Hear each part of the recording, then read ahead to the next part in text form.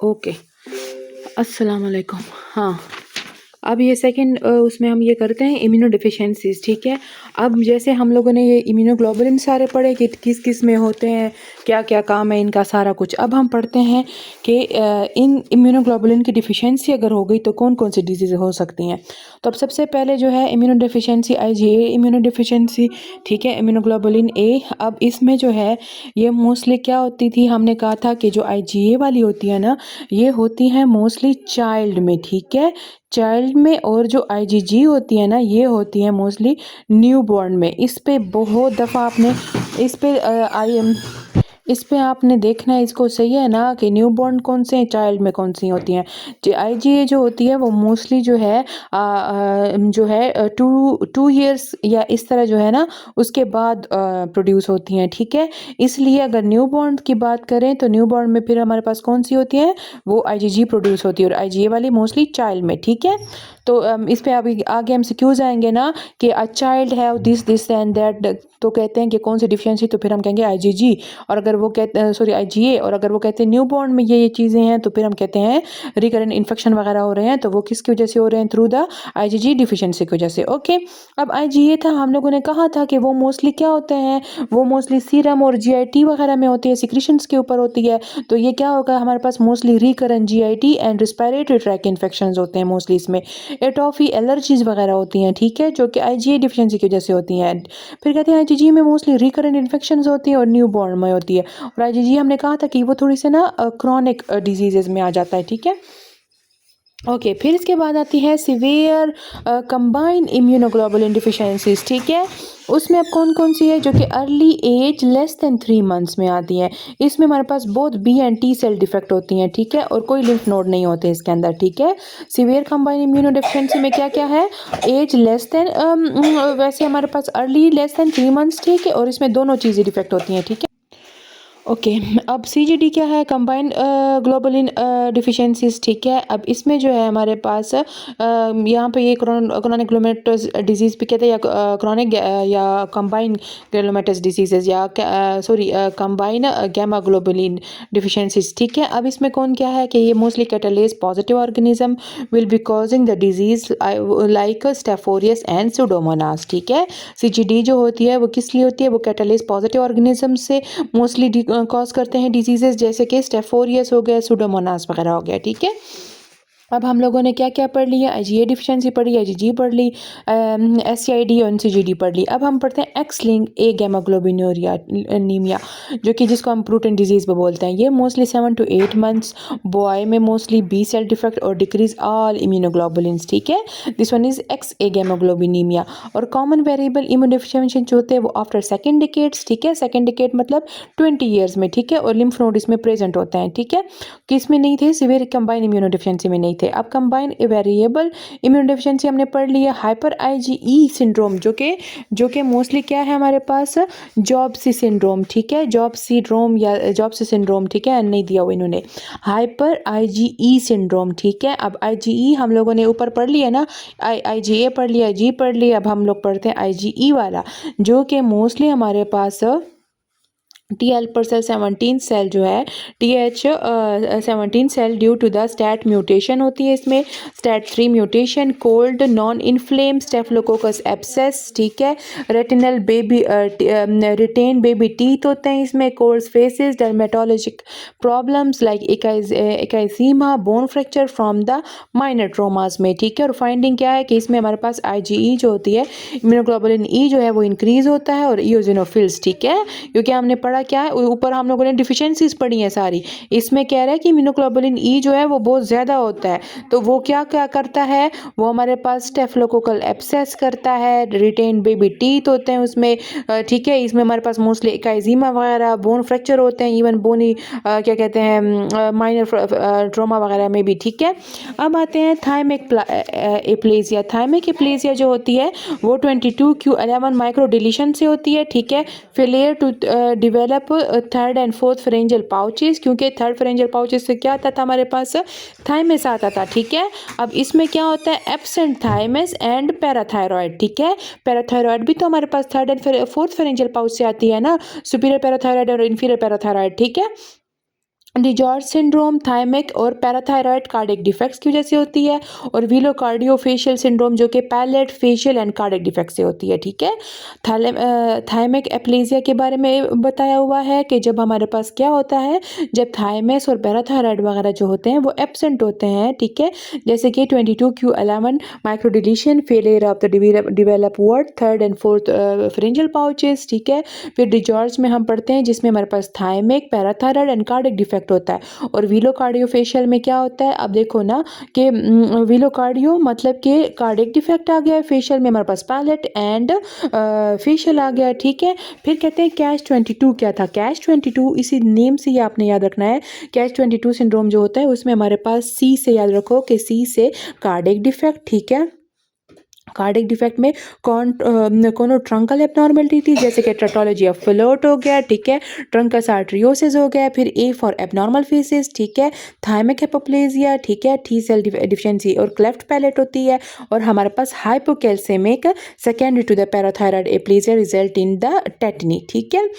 Hypocalcaemia होता है ना, कैल्शियम लेवल नहीं कम होगा तो फिर वही टेटनी होगी, ठीक है।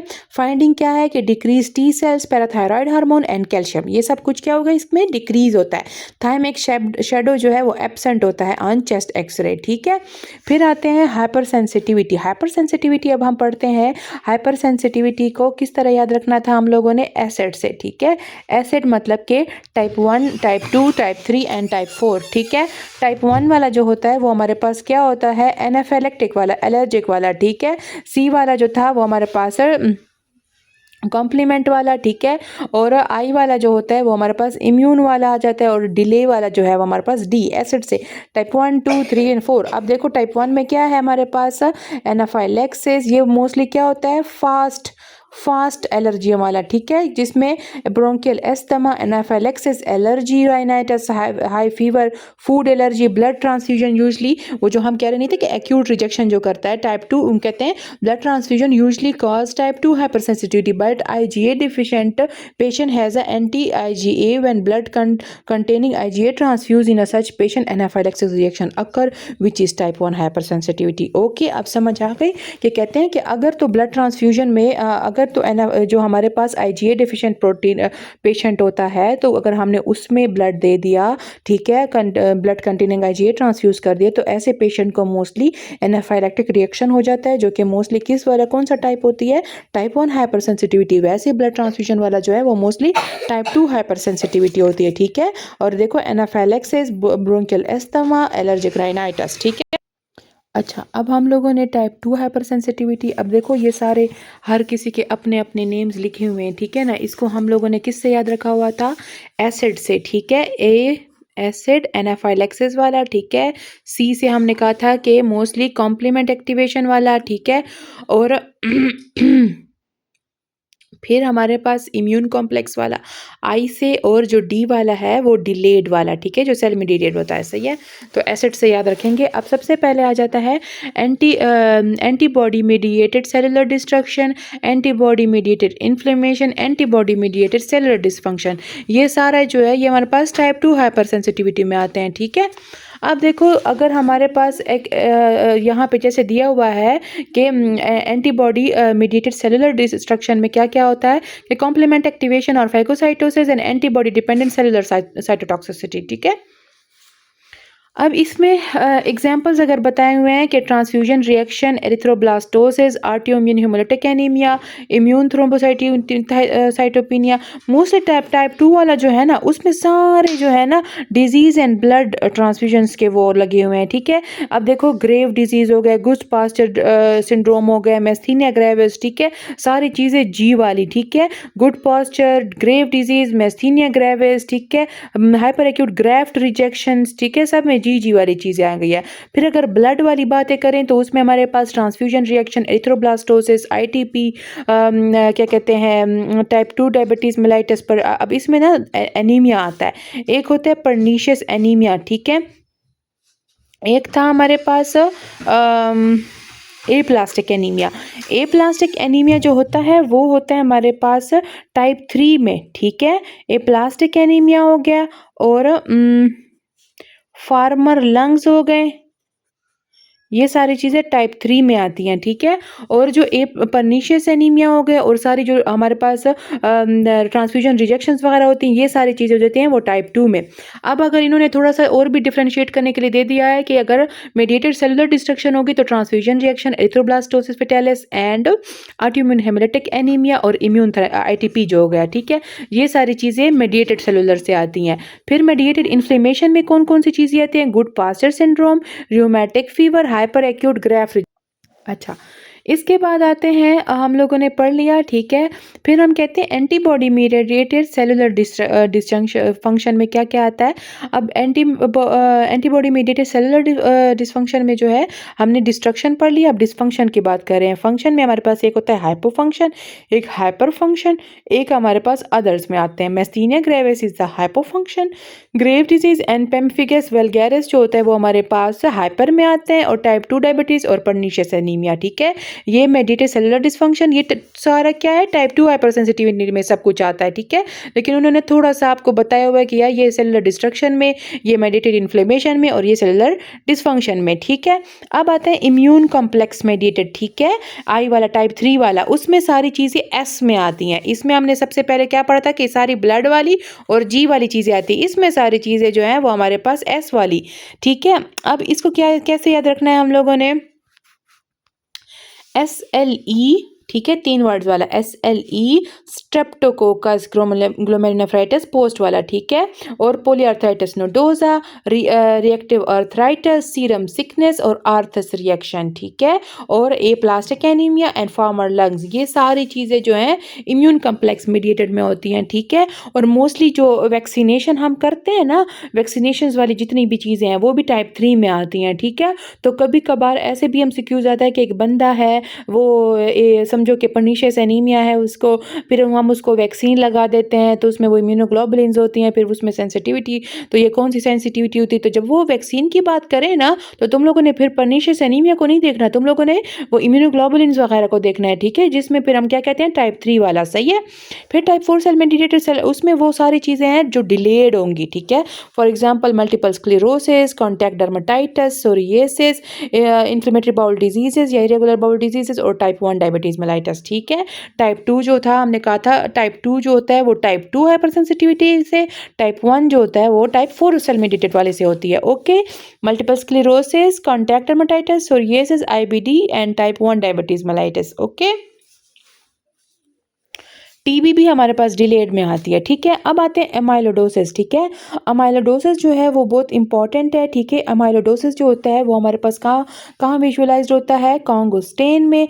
मोस्ट कॉमन ऑर्गन जो है वो अफेक्ट होता है वो किडनी होती है, और अगर कौन सा common cause of death in primary amyloidosis में तो वो होती है कार्डियक फेलियर। एमाइलोडोसिस को बेस्ट कन्फर्म करते हैं हम लोग रेक्टल बायोप्सी से, ठीक है। Dialysis and carpal tunnel syndrome जो है वो रिलेटेड होता है एमाइलोडोसिस से बाय द बीटा 2 माइक्रोग्लोबुलिन से, ठीक है। और बीटा 2 माइक्रोग्लो वो हमने किस में पढ़ा था? वो MHC1 में जो पढ़ा था, ठीक है। फिर सेकेंडरी अमाइलोडोसिस जो है उससे एसोसिएटेड क्या होता है? Chronic inflammation like IBD, rheumatoid arthritis और फैमिलियल मेडिटेरेनियन फीवर और प्रोट्रैक्टेड इन्फेक्शंस, ठीक है। तो सेकेंडरी अमाइलोडोसिस जो होता है वो एसोसिएटेड होता है माइक्रो क्रॉनिक इन्फ्लेमेशन से। प्राइमरी वाले में मोस्टली किडनी और कार्डियक फेलियर होता है, ठीक है। और सेकेंडरी वाले में हमने कहा था कि क्या होता है हमारे पास? IBD, RA and fever and protracted infection. अब कहते हैं सिनाइल एमाइलोडोसिस जो कि नॉर्मल वाइल्ड टाइप ट्रांसथेरेटिन होता है, और सिस्टेमिक वाला जो होता है जो कि प्राइमरी अमाइलोडोसिस होता है वो मल्टीपल माइलोमा में होता है, ठीक है। सेनाइल वाला जो है वो नॉर्मल वाइल्ड टाइप वाला, और Alzheimer disease beta amyloid protein इसके अंदर होता है, diabetic associated with the islet amyloid polypeptide के साथ। फैमिलियल अमाइलॉइड कार्डियोमायोपैथी में म्यूटेटेड ट्रांसथेरेटिन, और फैमिलियल अमाइलॉइड पोलीन्यूरोपैथी में भी हमारे पास सेम म्यूटेटेड ट्रांसथेरेटिन होता है, ठीक है। तो अब हमारे पास इन्होंने पूरा अमाइलोडोसिस के बारे में बताया हुआ है। एक देखो, एक होता है प्राइमरी अमाइलोडोसिस, एक होता है सेकेंडरी अमाइलोडोसिस, ठीक है। फिर हमने कहा है कि प्राइमरी अमाइलोडोसिस जो इवन हमारे पास वो किसके थ्रू विजुअलाइज होता है? कॉन्गो स्टेन से। फिर हमने कहा था कि वो किसको? किडनी को अफेक्ट करता है, डेथ होती है due to the cardiac failure. हम confirmation test best test confirm किससे करते हैं, रेक्टल बायोप्सी से करते हैं। मोस्टली जो है ये कार्पल टनल हो गया, डायलिसिस वगैरह होते हैं, उसमें कौन सी अमाइलोइडोसिस किसके थ्रू होती है, रिलेट बीटा 2 माइक्रोग्लोबुलिन से, ठीक है। फिर उन्होंने टाइप्स बताई हुई कि सेनाइल अमाइलोइडोसिस जो होती है वो मोस्टली नॉर्मल या वाइल्ड टाइप ट्रांसथेरिन होती है, इसमें सिस्टेमिक प्राइमरी वाले में जो है वो मोस्टली मल्टीपल माइलोमा में एसोसिएटेड होती है। अल्जाइमर में जो है वो mostly beta amyloid protein, diabetes जो है वो एसोसिएटेड होती है आइलेट अमाइलॉइड पॉलीपेप्टाइड के साथ, और फैमिलियल कार्डियोमायोपैथी एंड पॉलीन्यूरोपैथीज जो होती हैं वो म्यूटेटेड ट्रांसथेरिन के साथ, थेरेटीन के साथ, ठीक है। अब इसमें आते हैं टाइप ऑफ ग्राफ्ट्स, ठीक है, कि कौन कौन से ग्राफ्ट जो है कहाँ कहाँ से लेते हैं, एनिमल से, फीमेल स्पीशीज से, क्या क्या है, ठीक है। तो अब जैसे देखो ऑटो मतलब के सेल्फ टू सेल्फ, ठीक है। अब पाँव से ले लो और हाथ में लगा लो या किसी भी तरह से, ठीक है, कि ऑटो मतलब होता है सेम सेल्फ वाला, ठीक है। Skin graft from one part of body to another part, ठीक है। Allograft graft between genetically different individual of same species, ठीक है। Graft between genetically different individual of same species, ठीक है। मतलब कि किसी भी मेल से जो है या फीमेल से ले लो, ठीक है, लेकिन वो होगा एक ही चीज़, मतलब इंसान ही होगा इंसान का, लेकिन दूसरे इंसान से आपने लिया हुआ है, ठीक है। फिर सिनर्जेनिक ग्राफ्ट जो कि आइसोग्राफ्ट होता है, जिसका मतलब है कि ग्राफ्ट बिटवीन आइडेंटिकल ट्विन से लो, ठीक है। आइसोग्राफ्ट मतलब कि आइडेंटिकल ट्विन से ले लो। जियोग्राफ्ट होता है वो graft between two different species, ठीक है, कि अब बंदर का जो है वो तुम इंसान को लगा दो, या फिश की जो स्किन होती है वो मोस्टली बर्न्स के लिए लेते हैं ना, फिश की जो स्किन होती है ना वो कभी कभी मोस्टली जब कोई पेशेंट बर्न का पेशेंट होता है ना तो उसके अंदर जो है उसकी ग्राफ्टिंग करते हैं, ठीक है। तो वो कौन सी ग्राफ्टिंग हुई, जीरो ग्राफ्ट, ऑटो वाला के सेल्फ टू सेल्फ वाला, एलो मतलब के दूसरे इंडिविजुअल से ले लो, ठीक है, विद सेम स्पीशी, और जो सिनर्जेनिक ग्राफ्ट होता है जो कि आइडेंटिकल ट्विंस से लेते हैं, जिसको हम आइसोग्राफ्ट कहते हैं। अब ये रैंडम एमसीक्यूज है, रैंडम एमसीक्यूज में क्या क्या आता है, ओ सॉरी, रैंडम में अब देखो हमारे पास इम्यूनिटी गिवन बाय डीपीटी, ठीक है। डीपीटी मतलब के डिप्थेरिया टॉक्सिन वाला, तो वो मोस्टली हमारे पास कौन सी होती है इम्यूनिटी, आर्टिफिशियल एक्टिव वाली। Contraindicated in child with seizure, तो वो हम डीपीटी नहीं देते उसमें, ठीक है। Inactivate toxin use as a toxoid by the tetanus toxoid जो होते हैं ना वो हमारे पास एक्सोटॉक्सिन ग्रेटर देन न्यूरोटॉक्सिन होते हैं, ठीक है। Active immunity given tetanus toxoid is 100% effective, ठीक है। एमएमआर मीजल और वो जो क्या कहते हैं मेनिंजियोकोकल मीजल रूबेला वैक्सीन जो होती है एमएमआर जो हम 15 मंथ्स पे देते थे, वो क्या होता है, लाइव एटेन्यूएटेड होती है। टेटनस वैक्सीन जो होती है वो हमारे पास इनएक्टिवेटेड टॉक्सिन होता है। परटूसिस वैक्सीन जो होती है वो whole cell kill organism 70 to 80% effective, and acellular vaccine जो होती है वो 71 to 85% इफेक्टिव होती है, ठीक है। होल सेल या किल्ड ऑर्गेनिज्म वाली 78 to 80, और 71 to 85 वाली कौन सी होती है, ए सेलुलर वाली। रूबेला वैक्सीन जो है वो given in the reproductive age में देते हैं, क्योंकि मोस्टली जैसे प्रेगनेंसी वगैरह में जो रूबेला डिजीज सबसे ज़्यादा होती है ना। फिर कहते हैं एमएमआर कॉन्ट्राइंडिकेटेड इन किन में नहीं दे सकते, एनाफाइलैक्सिस, इम्यूनोडेफिशिएंसी एंड प्रेगनेंसी में, ठीक है। BCG vaccine give in the active immunity. अब देखो हम लोगों ने कितनी पढ़ ली है, एक हम लोगों ने पढ़ी कि एमएमआर जो है वो लाइव एटेन्यूएटेड वैक्सीन होती है, ठीक है, और बीसीजी जो होती है जो हम लोग मोस्टली टीबी में जो देते हैं, टीबी के लिए देते हैं, वो एक्टिव इम्यूनिटी होती है, जैसे कि इन फर्स्ट वैक्सीन जो होती है जो हम चाइल्ड को देते हैं, न्यू बॉर्न को देते हैं। रिकरेंट इन्फेक्शन, थ्रोम्बोसाइटोपिनिया, एकाइजीमा, ये किसकी ट्राइएड है, तो रिकरेंट इन्फेक्शन, ठीक है, और क्या कहते हैं एकाइजीमा और थ्रोम्बोसाइटोपिनिया, तो ये जो है ये हमारे पास विस्कोट एल्ड्रिच सिंड्रोम का होता है, ठीक है। अब इसको इस तरह भी याद रख लो, ट्री से भी याद रख सकते हो, TRE, ठीक है, ट्री, विस्कोट का ट्री, ठीक है। विस्कोट का ट्री क्या है, विस्कोट एल्ड्रिच सिंड्रोम का ट्री, टी से thrombocytopenia, recurrent infection and eczema. Chediak Higashi syndrome क्या होता है, वो defect in the lysosomal trafficking microtubule dysfunction में, ठीक है। Ataxia telangiectasia, defect in the ATM gene lead to the failure to defect DNA damage. C1 esterase inhibitor deficiency cause the hereditary angioedema. B cell present in a follicle of the white pulp of spleen. T cells present in the peri-arterial lymphatic sheet जो कि thymus से जो था, B cell bone marrow से था, लेकिन अगर follicles of the white pulp की बात करें तो spleen में मतलब white pulp से आता था, ठीक है। फिर कहते हैं Fab portion for the antigen binding, और जो एफसी पोर्शन जो था, जो कांस्टेंट वाला था, वो कॉम्प्लीमेंट बाइंडिंग से होता है, ठीक है।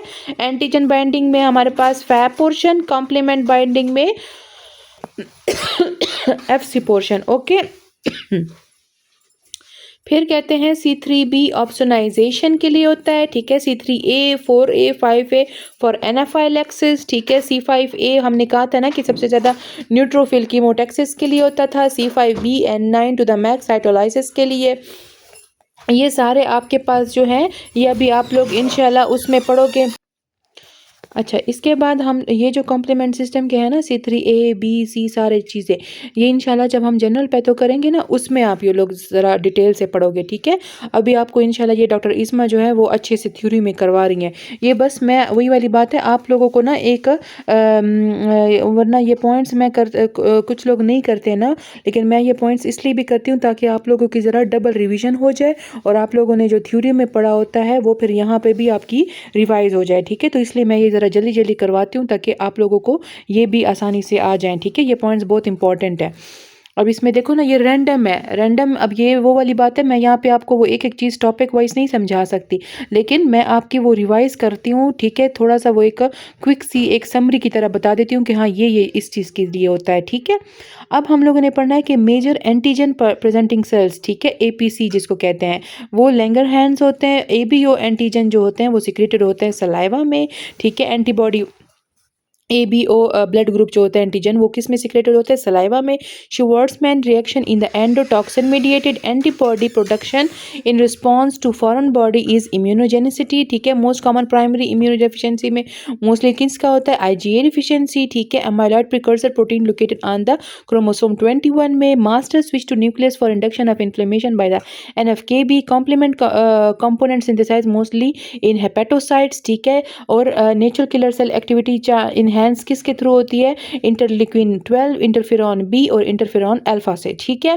Foreign body phagocytosis by the antigen presenting sales से, ठीक है। वो जो APC से हम जो बोलते थे, ठीक है, एंटीजन प्रेजेंटिंग सेल्स, ठीक है।